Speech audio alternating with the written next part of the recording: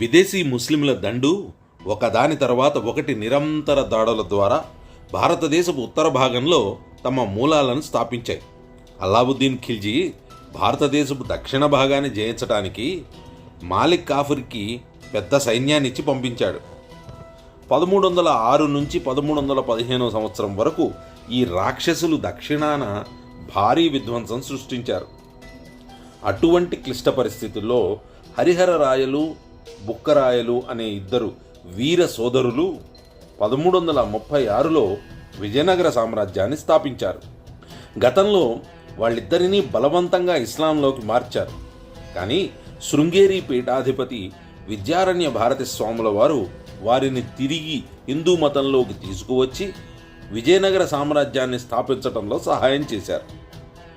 నిరంతరం యుద్ధంలో ఉన్నప్పటికీ ఈ విజయనగర సామ్రాజ్యం ప్రపంచంలోని అత్యంత ధనిక, అత్యంత శక్తివంతమైన సామ్రాజ్యాలలో ఒకటిగా పరిగణించబడుతూ ఉండేది. ఈ విజయనగర సామ్రాజ్యానికి సంబంధించి శ్రీకృష్ణదేవరాయలు ఒక అత్యంత మహిమాన్వితమైన చక్రవర్తి. ఆయన పట్టాభిషేకం ఆగస్టు 8, 1509 సంవత్సరంలో జరిగింది. శ్రీకృష్ణదేవరాయలు హిందూ ధర్మావలంబులై మన దేశ సంప్రదాయాలు పెంపొందించిన ప్రముఖ చక్రవర్తి. ఆయన తన రాజ్యంలో హిందూ ఐక్యతను ప్రోత్సహించారు.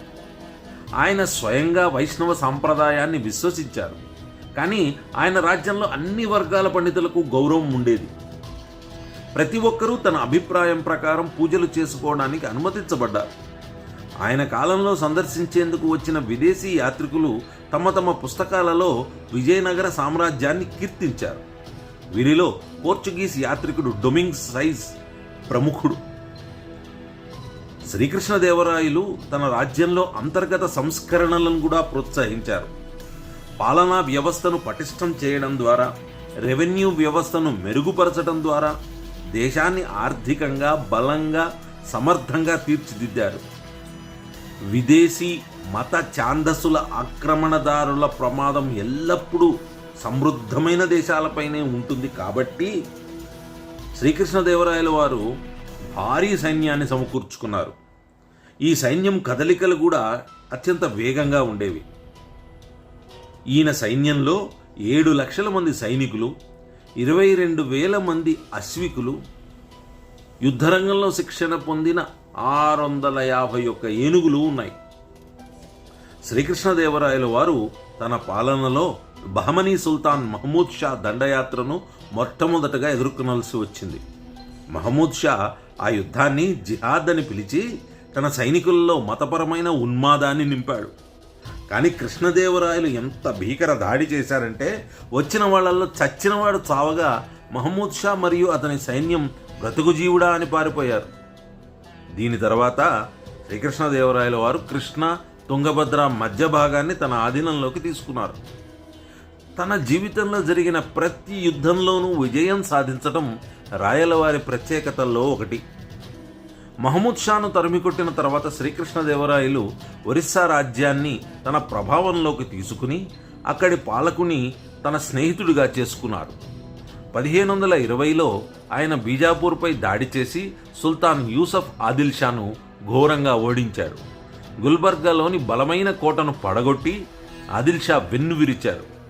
ఈ విజయాల కారణంగా ఆక్రమణకారుల గుండెల్లో శ్రీకృష్ణదేవరాయలు అనే భయం నిండిపోయింది. భారతదేశపు దక్షిణ ప్రాంతం అంతా సంఘటితమైంది. ఈ ప్రాంతపు హిందువుల ధైర్య సాహసాలు మొత్తం దేశ ప్రజల్లో విశ్వాసం నింపాయి. విజయనగర సామ్రాజ్యం యొక్క సరిహద్దులు తూర్పున విశాఖపట్నం, పశ్చిమాన కొంకణ్, దక్షిణాన హిందూ మహాసముద్రం చివరి వరకు చేరుకున్నాయి. హిందూ మహాసముద్రంలో ఉన్న కొన్ని ద్వీపాలు కూడా తమ ఆధిపత్యాన్ని అంగీకరించాయి.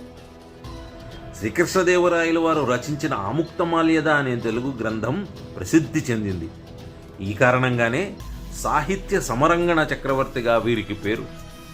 సామ్రాజ్యంలో శాంతి భద్రతలు నెలకొనడంతో వాణిజ్యం, కళలు ఎంతో అభివృద్ధి చెందాయి. విదేశీ ఆక్రమణకారుల చేతుల్లో ధ్వంసమైన అనేక ఆలయాలను పునరుద్ధరింపజేశారు. తిరుపతి, కంచి, తంజావూర్, మధురై వంటి పుణ్యక్షేత్రాలు, శ్రీరంగం వంటి అనేక ప్రాచీన ఆలయాలను సుందరంగా తీర్చిదిద్దారు.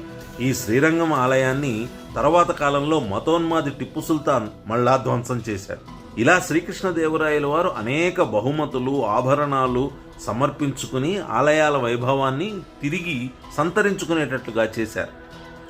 హంపీలో గొప్ప రామాలయాన్ని హజార రామ మందిర్ నిర్మించారు. అటువంటి ధైర్యవంతుడు, పరాక్రమవంతుడు, న్యాయబద్ధమైన పాలకుడు మనం ప్రతిరోజు ఏకాత్మతా స్తోత్రంలో భక్తితో స్మరించుకుంటాం. హిందూ ధర్మావలంబికులైన మనమందరం అటువంటి ధర్మబద్ధమైన జీవితంలోనే కొనసాగాలి.